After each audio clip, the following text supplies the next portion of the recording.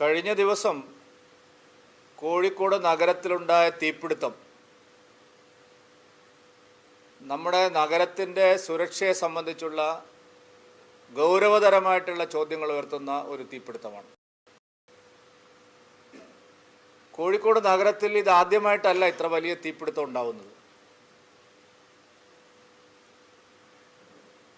കഴിഞ്ഞ ഒരു 15 വർഷത്തിനിടയിൽ ഏതാണ്ട് 15ഓളം സ്ഥലങ്ങളിൽ കോഴിക്കോട് നഗരത്തിൽ ചെറുതും വലുതുമായിട്ടുള്ള തീപിടുത്തങ്ങൾ ഉണ്ടായിട്ടുണ്ട്. പക്ഷെ ഇന്നലെ നമ്മൾക്ക് കാണാൻ കഴിഞ്ഞത് തീ അണയ്ക്കാനുള്ള എല്ലാ പരിശ്രമങ്ങളും ദയനീയമായി പരാജയപ്പെടുന്നതാണ്. തുറസായ ഒരു സ്ഥലത്ത് ഏതാണ്ട് 10 മണിക്കൂറിലധികം വേണ്ടി വന്നു തീ അണയ്ക്കാൻ.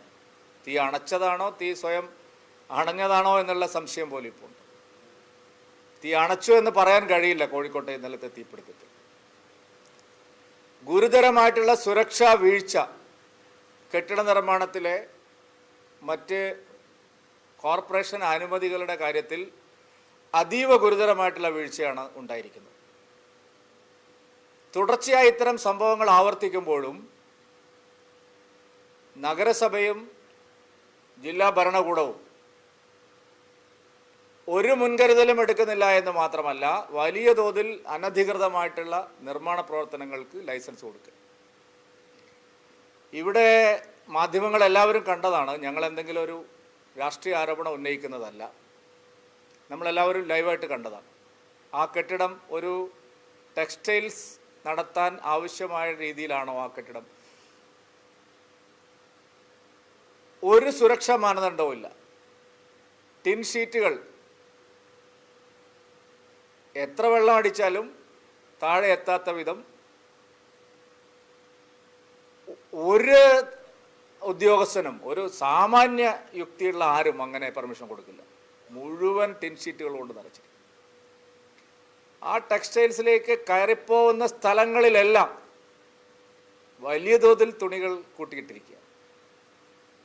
സാധാരണ ഒരു ടെക്സ്റ്റൈൽസിൽ തീപിടുത്തം ഉണ്ടാവുമ്പോൾ ആദ്യം പോവാനുള്ള വഴി, വെള്ളം അടിക്കാനുള്ള സംവിധാനങ്ങൾ, അത് വെള്ളം അടിച്ചാൽ അത് കൃത്യമായിട്ട് അവിടെ എത്താനുള്ള സംവിധാനങ്ങൾ, ഇതെല്ലാം നമ്മൾ പരിശോധിക്കുക. ഇപ്പോൾ കഴിഞ്ഞ 2 വർഷം മുമ്പ് ഇവിടെ തൊട്ടടുത്ത് ജയലക്ഷ്മി സിൽക്സിൽ ഒരു തീപിടുത്തം ഉണ്ടായി. അപ്പോൾ നമ്മൾ കണ്ടതാണ് ആ ടെക്സ്റ്റൈൽസും ഇപ്പോൾ ഈ ഒരു ടെക്സ്റ്റൈൽസും തമ്മിലുള്ള വ്യത്യാസം. എല്ലാ തരത്തിലുള്ള സുരക്ഷാ മാനദണ്ഡങ്ങളും ലംഘിച്ചുകൊണ്ടുള്ള അനുമതിയാണ് ഈ ടെക്സ്റ്റൈൽസിന് കോർപ്പറേഷൻ നൽകിയിരിക്കുന്നത്. ഇത്രയും ഭീമമായിട്ടുള്ള നഷ്ടവും അതുവഴി ഉണ്ടായിട്ടുള്ള ഭയാനകമായിട്ടുള്ള സാഹചര്യവും ഉണ്ടായത് കോർപ്പറേഷൻ ഉണ്ടാക്കിയ ദുരന്തമാണ്. നമ്മൾ മിഠായി തെരുവിൽ തീപിടുത്തം മുഖാന്ന് അന്ന് 8 പേര് മരിച്ചു. പലതവണ അവിടെ തീപിടുത്തം ഉണ്ടായി. തുടർന്ന് എല്ലാവരും ശക്തമായിട്ട് നടപടികൾ ഉണ്ടാകും എന്നുള്ള രീതിയിലാണ് എല്ലാ ചർച്ചകളും അവസാനിച്ചത്. മാധ്യമങ്ങളും വലിയ ചർച്ചയാക്കി, രാഷ്ട്രീയക്കാരും ഇടപെട്ടു, വ്യാപാരി വ്യവസായ ഏകോപന സമിതി അടക്കമുള്ള എല്ലാ സംഘടനകളും ഇടപെട്ടു.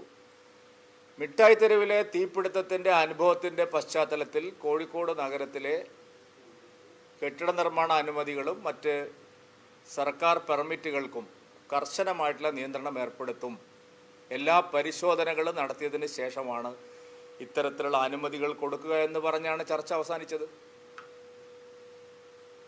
ഒരു തരത്തിലുള്ള നടപടി ഉണ്ടായില്ല എന്ന് മാത്രമല്ല, അനധികൃതമായിട്ടുള്ള ആയിരക്കണക്കിന് നിർമ്മാണങ്ങൾ രാഷ്ട്രീയക്കാരുടെയും ഉദ്യോഗസ്ഥന്മാരുടെയും എല്ലാം അറിവോടുകൂടി നിരന്തരമായി ഇവിടെ നടക്കുന്നു എന്നുള്ളതാണ്. നിങ്ങൾ ആലോചിച്ച് നോക്കൂ, ഇതൊരു ഓപ്പൺ സ്പേസിലാണ്, ഒരു തുറസായ സ്ഥലത്താണ് ഈ ഒരു തീപിടുത്തം ഉണ്ടായത്. ഒരു തുറസായ സ്ഥലത്ത് തീപിടുത്തം ഉണ്ടായിട്ട് അത് അണയ്ക്കാൻ 10 മണിക്കൂർ എടുക്കേണ്ടി വന്ന ഒരു സാഹചര്യം ഉണ്ടായാൽ, ഒരു ഫ്ലാറ്റിലോ മറ്റോ ആണ് 20 നിലയും 18 നിലയും ഒക്കെയുള്ള കോഴിക്കോട് നഗരത്തിലെ ഒരു ഫ്ലാറ്റിലോ മറ്റോ ആണ് ഈ തീപിടുത്തം ഉണ്ടായതെങ്കിൽ എന്തായിരിക്കും ഇവിടുത്തെ സാഹചര്യമെന്ന് നമ്മൾ പരിശോധിക്കേണ്ടതാണ്. ഈ അടുത്ത ദിവസം കോഴിക്കോട് മെഡിക്കൽ കോളേജിലെ തീയും പുകയും വന്നു. എന്തായിരുന്നു? സുരക്ഷാ കാരണങ്ങൾ തന്നെയാണ് പറഞ്ഞത്. UPS പൊട്ടിത്തെറിച്ചതാണെന്നാണ് പറഞ്ഞത്. കോഴിക്കോട് മെഡിക്കൽ കോളേജിലെ ICUവിൽ പോലും ഇത്തരത്തിലുള്ള ഗുരുതരമായിട്ടുള്ള സുരക്ഷാ വീഴ്ചകൾ ഉണ്ടാകുന്നു. ഇതൊന്നും ആരും ഉത്തരം പറയുന്നേ ഇല്ല. രോഗികൾ മരിക്കുന്നു. ഭീകരമായ തോതിലുള്ള തീയും പുകയുമാണ് കഴിഞ്ഞ ദിവസം കോഴിക്കോട് നഗരത്തിലുണ്ടായത്. ദൈവാധീനം കൊണ്ടാണ് മറ്റ് സ്ഥലങ്ങളിലേക്ക് അത് പടരാത്തതും വലിയ ആൾനാശമില്ലാതെ പോയതും. അല്ലാതെ ഫയർഫോഴ്സ് ഇഷ്ടം പോലെ വണ്ടികൾ വന്നു, നമ്മളെല്ലാം കണ്ടതാണ്. ഫയർഫോഴ്സിൻ്റെ വണ്ടികളെല്ലാം ഇഷ്ടം പോലെ ഉണ്ടായിരുന്നു, ഉദ്യോഗസ്ഥന്മാരുണ്ടായിരുന്നു, പോലീസ് ഉണ്ടായിരുന്നു, എല്ലാം ഉണ്ടായിരുന്നു. പക്ഷേ അവിടെ ഏത് രീതിയിലും പരിശ്രമിച്ചാലും തീ അണക്കാൻ പറ്റാത്ത സ്ഥിതിയാണ് ഉണ്ടായത്. അപ്പോൾ ഇത് അഡ്രസ്സ് ചെയ്യപ്പെടാതെ പോകേണ്ട ഒരു വിഷയമല്ല. കോഴിക്കോട്ടെ ടെക്സ്റ്റൈൽസ് കോംപ്ലക്സിലുണ്ടായിട്ടുള്ള തീപിടുത്തത്തെ സംബന്ധിച്ച് സമഗ്രമായിട്ടുള്ള അന്വേഷണം ആവശ്യമുണ്ട്. എങ്ങനെയാണ് ഇങ്ങനെ ഒരു ലൈസൻസ് അവർ സംഘടിപ്പിച്ചത്? ഇത്തരം മാനദണ്ഡങ്ങളെല്ലാം മറികടന്നുകൊണ്ട് എങ്ങനെ അവർക്ക് ഒരു ഇത്രയും ഒരു ഒരു ഒരു എന്താ പറയുക ഹോൾസെയിൽ കട അവർക്ക് നടത്താൻ സാധിച്ചു? ആരാണ് ഇവർക്ക് ഇതിനുള്ള ലൈസൻസ് കൊടുത്തത്? കെട്ടിമറയ്ക്കാൻ ടിൻ ഷീറ്റുകൾ ഉപയോഗിച്ച് കെട്ടിമറയ്ക്കാനുള്ള സൗകര്യം ആര് ചെയ്തു കൊടുത്തു? നടന്നു പോകുന്ന സ്റ്റെപ്പിലെല്ലാം തുണികൾ ഡംപ് ചെയ്തിടാനുള്ള അവസരം അവർക്ക് എങ്ങനെ ലഭിച്ചു? എന്തുകൊണ്ട് കൃത്യമായ അളവിൽ ഒരു പരിശോധനയും ഇത്തരം സ്ഥാപനങ്ങളിൽ നടന്നില്ല? അതുകൊണ്ട് ഇതിന് കുറ്റക്കാരായിട്ടുള്ള ആളുകളെ അവർക്കെതിരായിട്ട് കേസെടുക്കണം. കോർപ്പറേഷനെതിരായിട്ടാണ് കേസെടുക്കേണ്ടത്. യഥാർത്ഥത്തിൽ കോർപ്പറേഷൻ മേയർക്കും കോർപ്പറേഷൻ്റെ സെക്രട്ടറിക്കും എതിരായിട്ട് ഇതിൽ കേസെടുക്കേണ്ടതാണ്. കോഴിക്കോട് കോർപ്പറേഷൻ ഭരണകൂടത്തെ പ്രതി ചേർത്തുകൊണ്ട് ഈ സംഭവത്തിൽ കേസെടുക്കണം. അതാണ് ശരിയായ കാര്യം. സംഭവത്തെക്കുറിച്ച് സമഗ്രമായ ഒരു ജുഡീഷ്യൽ അന്വേഷണം ആവശ്യമുണ്ട്. കോഴിക്കോട് നഗരത്തിൽ ഇത് തുടർച്ചയായിട്ട് സംഭവിച്ചുകൊണ്ടിരിക്കുക. ഗുരുതരമായ വീഴ്ച ഉണ്ടായിരിക്കുന്നു. വീഴ്ചകൾ പലതും ഹ്യൂമൻ എറേഴ്സ് അല്ല, മനഃപൂർവ്വം ഉണ്ടായിട്ടുള്ള വീഴ്ചകളാണ്. പണം വാങ്ങി കൈക്കൂലി മേടിച്ച് അനധികൃതമായി ചെയ്തു കൊടുക്കുന്ന നടപടികളാണ്. ഡെപ്യൂട്ടി മേയറൊക്കെ ഒരു കൗണ്ടർ തന്നെ തുറന്നിരിക്കുന്നു എന്നാണ് കേട്ടത്. ഇത്തരം കാര്യങ്ങൾ പരിശോധിച്ച് സഹായം ചെയ്യാൻ ഞാൻ മനസ്സിലാക്കുന്നത് ഡെപ്യൂട്ടി മേയർ ഒരു കൗണ്ടർ തന്നെ ഇവിടെ ആരംഭിച്ചിട്ടുണ്ടെന്നാണ്. ചെറിയ കാര്യമല്ല. കോഴിക്കോട് കോർപ്പറേഷൻ എത്രയോ വർഷമായിട്ട് ഭരിക്കുന്നു. അവിടുത്തെ നടപടിക്രമങ്ങൾ ഏതൊരാൾക്കും പോയി പരിശോധിച്ചാൽ മനസ്സിലാവും. ഭീകരമായ അഴിമതിയും നിയമലംഘനവുമാണ് നടക്കുന്നത്. അതുകൊണ്ട് കോഴിക്കോട് കോർപ്പറേഷനെ ഇതിൻ്റെ കാര്യത്തിൽ അവരുടെ പേരിലും കൂടെ കേസെടുക്കണം. മേയറുടെയും ഡെപ്യൂട്ടി മേയറുടെയും കോർപ്പറേഷൻ സെക്രട്ടറിയുടെയും പേരിൽ കേസെടുത്തുകൊണ്ട് വേണം അന്വേഷണം. ഇതിനെ സംബന്ധിച്ച് സമഗ്രമായിട്ടുള്ള ഒരു ജുഡീഷ്യൽ അന്വേഷണം വേണം.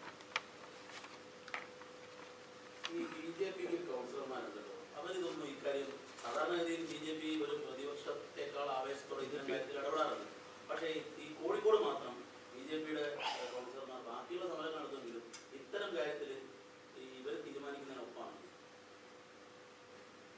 അല്ല, കോഴിക്കോട് കോർപ്പറേഷനിൽ എത്ര കൗൺസിലർമാർ? 7 കൗൺസിലർമാരേ ഉള്ളൂ. ബി ജെ പി ആണ് ഇതിന് ഉത്തരം പറയേണ്ടതെന്ന് പറഞ്ഞാൽ എങ്ങനെയാണ്?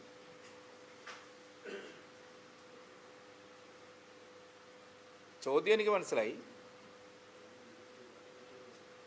കോഴിക്കോട് കോർപ്പറേഷനിലെ BJP കൗൺസിലർമാർ ഈ വിഷയത്തിൽ നേരത്തെയും പലതരത്തിലുള്ള സമരങ്ങൾ ചെയ്തിട്ടുണ്ട്.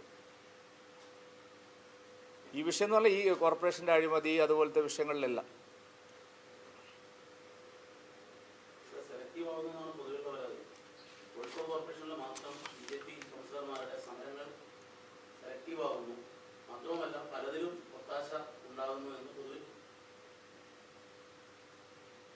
പ്രകാശ് ബാബു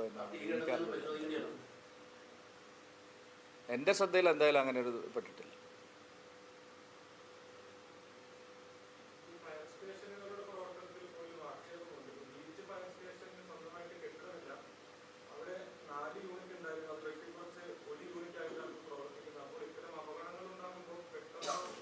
അതെ, ഇവിടെ ഭരണം തന്നെ ഇല്ലല്ലോ. മുഖ്യമന്ത്രി 9ാം വാർഷികത്തിൽ കലാകാരന്മാരെയൊക്കെ വെച്ച് വലിയ ഇങ്ങനെ ഒരു സംഭവം നടന്നിട്ട് ഒരു ഔദ്യോഗികമായിട്ടൊരു കാര്യം സംസാരിക്കാൻ ആളില്ല ഇവിടെ. കോഴിക്കോട് മെഡിക്കൽ കോളേജിൽ തീപിടുത്തമുണ്ടായി, സാഹചര്യം വഷളായപ്പോൾ കോഴിക്കോട്ടുള്ള മന്ത്രിമാർ ആഗോള പ്രശ്നങ്ങളാണ് ചർച്ച ചെയ്യുന്നത്. അതിനെപ്പറ്റി ഒരു അക്ഷരം മിണ്ടുന്നില്ല.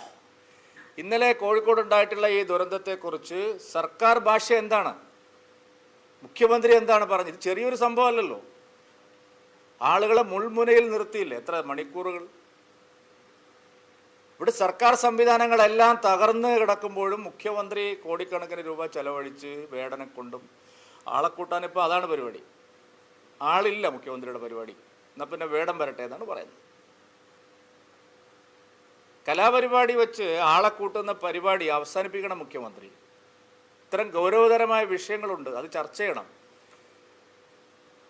ശരിയാണ്, ഈ ചൂണ്ടിക്കാണിച്ച കാര്യം പല സ്ഥലത്തുനിന്നുമാണ് ഫയർ എഞ്ചിനുകൾ വന്നത്. ഇവിടുത്തെ സിറ്റിയിൽ നല്ല സംവിധാനങ്ങളില്ല, ഉണ്ടായിരുന്ന സംവിധാനങ്ങൾ എടുത്തു കളഞ്ഞിരിക്കുന്നു.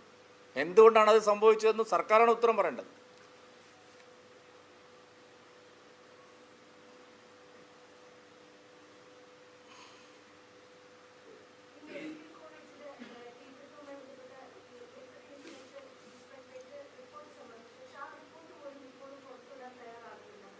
അല്ല, അന്ന് സർക്കാർ പറഞ്ഞതല്ല സത്യം. അന്ന് സർക്കാർ പറഞ്ഞ കാര്യങ്ങളല്ല അവിടെ നടന്നിരിക്കുന്നത്. മാത്രമല്ല, ആ തീപിടുത്തം ഉണ്ടായതിനെ സംബന്ധിച്ച് പെട്ടെന്നൊരു അന്വേഷണം നടത്തി ഇപ്പോൾ ഉടനെ കുറ്റക്കാർ നടപടിയെടുക്കുമെന്ന് പറഞ്ഞ് ഇപ്പോൾ അന്വേഷണ റിപ്പോർട്ട് വന്നിട്ടും അതിനെക്കുറിച്ച് ഒരു നടപടിയും ഇല്ല. അത് എന്താണെന്ന് പോലും പറയുന്നില്ല. അതുകൊണ്ടാണ് ഞാൻ പറഞ്ഞത് ഈ കേസും അങ്ങനെ വിടരുത്. കാരണം നമുക്കെല്ലാവർക്കും അറിയാം, 2007 മുതലുള്ള ചരിത്രം നോക്കിയാൽ 2007 ഏപ്രിൽ മാസത്തിൽ മിഠായി തെരുവിലുണ്ടായ സംഭവം മുതൽ 2025 മെയ്യിൽ കോഴിക്കോട് മെഡിക്കൽ കോളേജിലുണ്ടായ തീപിടുത്തം വരെ നഗരത്തിന് ചുറ്റുപ്രദേശങ്ങളിൽ 15ഓളം സ്ഥലങ്ങളിൽ തീപിടുത്തം ഉണ്ടായിരിക്കുന്നു. ഓരോ സന്ദർഭത്തിലും സർക്കാർ പറഞ്ഞുകൊണ്ടിരുന്നത് ഇതൊക്കെ കാരണങ്ങൾ ഇതാണ്. നമ്മൾ മാധ്യമങ്ങൾ എല്ലാവരും ചർച്ച ചെയ്യും, ഇതാണ് കാരണങ്ങൾ, സുരക്ഷാ പ്രശ്നങ്ങൾ, വീഴ്ചയുണ്ട്, ലൈസൻസ് കൊടുക്കുമ്പോൾ ശ്രദ്ധിക്കണം. പക്ഷേ തുടർന്ന് ഇങ്ങോട്ടുള്ള ഒരു സന്ദർഭത്തിലും ഒരു നടപടിയും ഉണ്ടായില്ല എന്ന് മാത്രമല്ല, ഇതിലെല്ലാം വ്യാപകമായിട്ടുള്ള ഇളവാണ് കൊടുത്തിരിക്കുന്നത്. അപ്പോൾ ഈ ദുരന്തം സർക്കാരിൻ്റെ സൃഷ്ടിയാണ്, കോർപ്പറേഷൻ്റെ സംഭാവനയാണ് ഈ ദുരന്തം. അതുകൊണ്ടാണ് ഞാൻ പറഞ്ഞത് കോർപ്പറേഷനെ കൂടി, അവർ മേയറേയും ഡെപ്യൂട്ടി മേയറേയും അതുപോലെ കോർപ്പറേഷൻ സെക്രട്ടറിയെയും അടക്കം പ്രതി ചേർത്ത് ഇതിൽ കേസെടുക്കണം.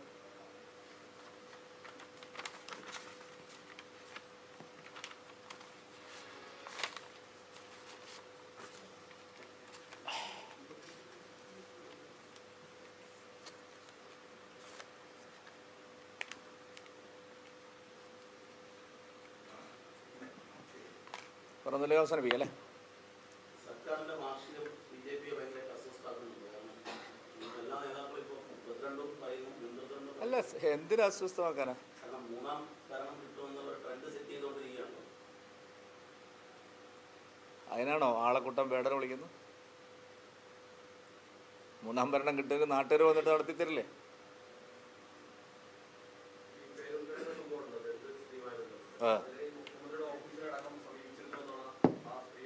ആ സ്ത്രീ പറയുന്നത് അവരെ ആക്ഷേപിച്ചു എന്നാണ്.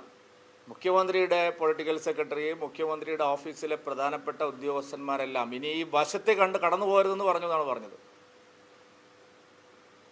അപ്പോൾ സർക്കാർ പറയുന്ന ദളിത് പ്രേമവും സ്ത്രീ വിമോചനവും ഒക്കെ കാര്യത്തോട് അടുക്കുമ്പോൾ എന്താണ് സംഭവിക്കുന്നുള്ളതിൻ്റെ ഉദാഹരണമാണിത്. CMൻ്റെ ഓഫീസിലെ ഉദ്യോഗസ്ഥന്മാർ, അവിടുത്തെ രാഷ്ട്രീയ നിയമനങ്ങളിൽപ്പെട്ട ആൾക്കാരാണ്, വലിയ വലിയ ആൾക്കാരാണ്. അവരാണ് പറയുന്നത് ഒരു കേസുണ്ടെങ്കിൽ അത് പോലീസ് അന്വേഷിച്ച് ആ കേസിൻ്റെ വസ്തുത വെളിച്ചത്ത് കൊണ്ടുവരാനുള്ള ശക്തമായ നടപടിയല്ല വേണ്ടത്. നീ എൻ്റെ ഈ ഓഫീസിൽ കയറി പോരുമെന്നാണ് പറയുന്നത്. അതാണ് കേരളത്തിൽ ഞാൻ പറഞ്ഞില്ല, ഇവിടെ സർക്കാരില്ല. സർക്കാർ സംവിധാനങ്ങളെല്ലാം തകർന്ന് തരിപ്പണമാവുമ്പോഴും മുഖ്യമന്ത്രി ഇങ്ങനെ പോവുകയാണ്. 14 ജില്ലകളും കടന്ന് ഇനി 140 മണ്ഡലങ്ങളും കടന്നു പോവുകയാണ്. ജനങ്ങൾ പെരുവഴിയിലാണ്. പക്ഷെ സർക്കാർ അപ്പോഴും ഖജനാവിലെ കാശെടുത്ത് കലാപരിപാടികൾ നടത്തി സർക്കാർ വാർഷികം ആഘോഷിക്കുകയാണ്.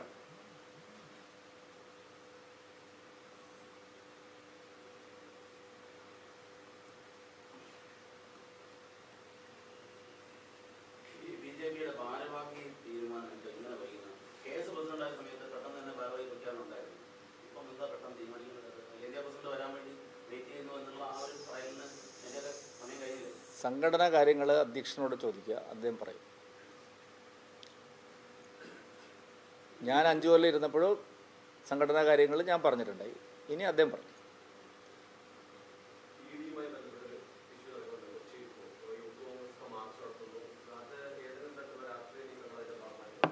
അറിയില്ല, ഇ ഡിയിലെ ഉദ്യോഗസ്ഥന്മാർ ആരെങ്കിലും എന്താണ് ചെയ്തതെന്ന് എനിക്ക് ആ കേസിനെ കുറിച്ച് അറിയില്ല. പിന്നെ ഇഡിയിലൊരു ഉദ്യോഗസ്ഥൻ പിന്നെ കേസ് പ്രതിയാവുന്നു എന്ന് പറയുന്നതിൽ ഒരു വലിയ സംഭവമാണ്. കേരളത്തിലെ പോലീസ് ഉദ്യോഗസ്ഥന്മാർ എത്ര കേസ് പ്രതിയേക്കും? എനിക്കതിലൊന്നും തോന്നുന്നില്ല. കാരണം അത് സംഭവം ശരിയാണോ ഇല്ലയോ എന്നുള്ളതൊക്കെ അന്വേഷിച്ചിട്ട് പോലീസ് കണ്ടെത്തട്ടെ. അതിൻ്റെ മുമ്പ് നമ്മൾ അതിനെക്കുറിച്ച് അഭിപ്രായം പറയുന്നത് ശരിയല്ല. ഇ ഡി ഉദ്യോഗസ്ഥന്മാരെല്ലാവരും ഹരിശ്ചന്ദ്രന്മാരാണെന്ന് ഉള്ള അഭിപ്രായം എനിക്കില്ല. ഒക്കെ സഖാക്കളാണ് അധികവും. കസ്റ്റംസിലും ഇ ഡിയിലും അധികവും ഉദ്യോഗസ്ഥന്മാർ സഖാക്കളാണ്.